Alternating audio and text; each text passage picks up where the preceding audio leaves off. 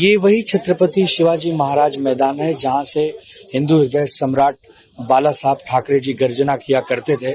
तो महाराष्ट्र ही नहीं पूरा देश उनको सुनता था। आज वही यादें ताजा हुई हैं। तमाम मुंबई के रहवासी हों, महाराष्ट्र के नागरिक हों, सबको याद आ गया कि आज वो दोनों, एक पुत्र है एक भतीजा है, दोनों ने मिलकर उन्हीं की विचारधारा, उन्हीं की लेगेसी को आगे बढ़ाने का काम किया है। जैसे उन्होंने मराठी मानुस को जगाने का काम किया था, आज उद्धव साहब और राज साहब मराठी मानुस को जगाने का काम कर रहे हैं। कुछ लोगों की वक्र दृष्टि इस मुंबई पर पड़ गई है, जो मुंबई को महाराष्ट्र से दूर करना चाहते हैं। भारतीय जनता पार्टी के कुछ नेता खुलेआम ये कह रहे हैं कि मुंबई जो है ये महाराष्ट्र का नहीं है, ये अंतर्राष्ट्रीय शहर है, ये सभी का है। ठीक है, यहाँ सब लोग आते हैं रहते हैं, लेकिन मुंबई तो है महाराष्ट्र की, ये सभी को पता है। इसी मुंबई के लिए 106 से ज्यादा हुतात्माओं ने अपने प्राण की आहुति दी। बहुत सारे मुद्दों पर आज बात हुई। कैसे उद्योगपति इस मुंबई पर कब्जा कर रहे हैं, कैसे एक ही व्यक्ति को पूरी मोनोपोली दी जा रही है, कैसे महाराष्ट्र में रहकर भी मराठी मानुस के साथ रह के भी मराठी मानुस को कमजोर किया जा रहा है।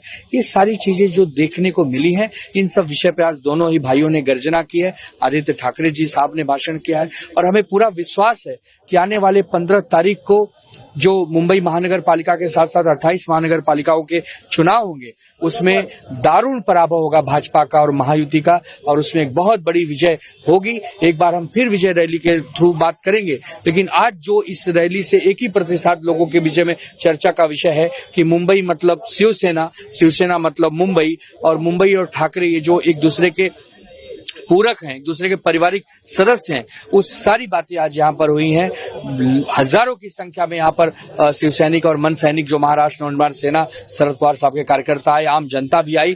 टीवी के माध्यम से, आपके माध्यम से लोगों ने इस पूरे भाषण को सुना है और आने वाले समय में भारतीय जनता पार्टी डरी हुई है ताकि ये लोग अब इनकी और भी, जब कल डोर टू डोर, परसों रोड शो, तो ये जो दोनों भाई इकट्ठे आए हैं, आदित्य जी अमित जी साथ में हैं, तो हमें पूरा विश्वास है कि आगामी चुनाव भी हम जीतेंगे और इसके बाद जो विधानसभा के चुनाव होंगे 29 में, उसमें भी हम इनको हराएंगे और लोकसभा में भी हराएंगे। तो एक बहुत अच्छी ताकत बनकर ये लोग आए हैं, 20 साल बाद ही सही, लेकिन अब तो आ गए हैं। अब इनको कोई परास्त नहीं कर सकता, क्योंकि दोनों शेर की तरह दहाड़ते हैं और दो बब्बर शेर जब जंगल में निकलते हैं तो छोटे मोटे जो प्राणी हैं वो अपने आप भाग जाते हैं। वही दृश्य मुंबई में देखने को मिल रहा है। कुछ दिनों से महाराष्ट्र में जो फिलहाल पॉलिटिक्स चल रहा है, AMI हो गया, जो भी सिचुएशन, देखिए उसके बारे में बात है। सबसे पहले हम बात करना चाहेंगे मैनिफेस्टो जो बीजेपी का है। देखिए, उन्होंने मेंशन किया है कि बाला साहब ठाकरे का जो सपना है इस्लाम फ्री मुंबई, उसमें उन्होंने, देखिए पहले तो 15 तारीख को चुनाव है और उन्होंने मैनिफेस्टो आज जारी किया है। वो किसे धोखा देना चाह रहे हैं? वो मैनिफेस्टो में कह रहे हैं कि हम मुंबई को 2034 तक पूरे दुनिया का सबसे अच्छा शहर बनाएंगे। अरे आप 11 साल से केंद्र में हो, राज्य में हो, आप क्यों झूठ बोलते हो? मोदी साहब कहते 2045 तक करूंगा, ये कह रहे हैं 2034 तक करूंगा। तो ये सब बरगलाने का काम है। इनका मैनिफेस्टो जो है वो एक प्रकार से भ्रम देने वाला, एक जालसाजी वाला मैनिफेस्टो है। उसमें बसेस की बात की है। ये अरे हमने 5 रुपए में 5 किलोमीटर, 10 रुपए में 10 किलोमीटर एसी बसेस दी, उसको आपने किराया बढ़ा दिया। आज प्राइवेट बसें आप धड़ल्ले से चला रहे हो, लाखों करोड़ों का लूट उसमें कर रहे हो। आपने पानी हम देते हैं, बिजली की व्यवस्था BST कर रही है, उसके अस्पताल की व्यवस्था हम कर रहे हैं महानगर पालिका, शिक्षा की व्यवस्था हम कर रहे हैं महानगर पालिका, सब तो हमारे काम है। तो आप क्या करने वाले हो? आपका इंजन पूरी तरह भ्रष्ट हो गया, फेल हो गया। इंजन तो हमारे साथ आ गया, महाराष्ट्र नवनिर्माण सेना का इंजन मशाल के साथ जब दहकेगा, आगे आगे चलेगा सीटी बजाते हुए, और अंधेरा छटेगा और मशाल जलेगा और मुंबई के लोगों को खुशहाली मिलेगी। बदलापुर में जो रेप का इंसिडेंट हुआ था, उसमें को एक्यूज को वहां से तो नगर सेवक का टिकट दिया गया, उसके बारे में बातचीत, उसके बारे में कुछ कहना? देखिए, बदलापुर में जो घटना घटी थी, आप सबको याद है कि ये जो कानून व्यवस्था नाम की चीज है, ये इनकी जिम्मेदारी रही। इन्होंने हमेशा कानून व्यवस्था को सेकेंडरी दर्जे का विषय समझा है और हमने हमेशा कानून व्यवस्था को सही समझा है।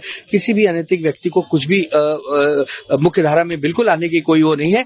और भारतीय जनता पार्टी तो आज सत्ता के लिए MIM के साथ भी जा रही है, एकनाथ शिंदे MIM के साथ जा रहे हैं, कोई कांग्रेस के साथ जा रहा है। ये जो नूरा कुश्ती हो रही है ना, लोग इससे परेशान हैं, लोग इससे मुक्ति चाहते हैं। आने वाले समय में 15 तारीख को जनता इन सबका हिसाब किताब करेगी और 16 तारीख को जब मतगणना होगी तब इनको समझेगा कि इनके जमीन से, इनके पैर से जमीन खिसक गई है। महायुति की सभा भी यही हो सकती है कल? कोई बात नहीं, राजनीतिक सामाजिक जीवन में आप भी सभा कीजिए, हम भी करेंगे। आप भी बाण चलाइए, हम भी बाण चलाएंगे। किसकी बाण में दम है वो दिख जाएगा। किसकी तीर में ताकत है वो दिख जाएगा।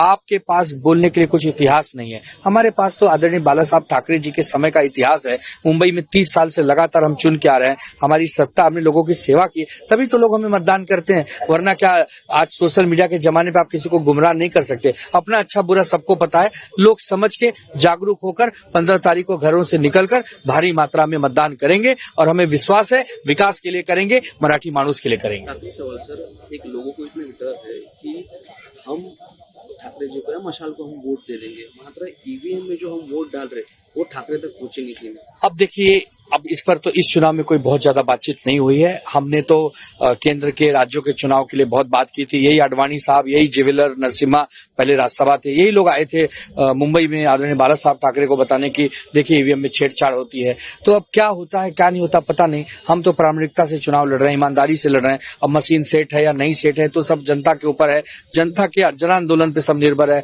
हम ईमानदारी से मतदान करेंगे और लोगों को मतदान करवाएंगे। सुरक्षित और स्वस्थ मुंबई के लिए मतदान होना चाहिए, एक अच्छे विकास के लिए मतदान होना चाहिए और लोगों का सौहार्दपूर्ण संबंध बना रहे, इसके लिए चुनाव होना चाहिए। अगर आप ये वीडियो YouTube पर देख रहे हैं तो हमारे चैनल को सब्सक्राइब कर बेल आइकन दबाएं और Facebook पर देख रहे हैं तो हमारे पेज को लाइक करें।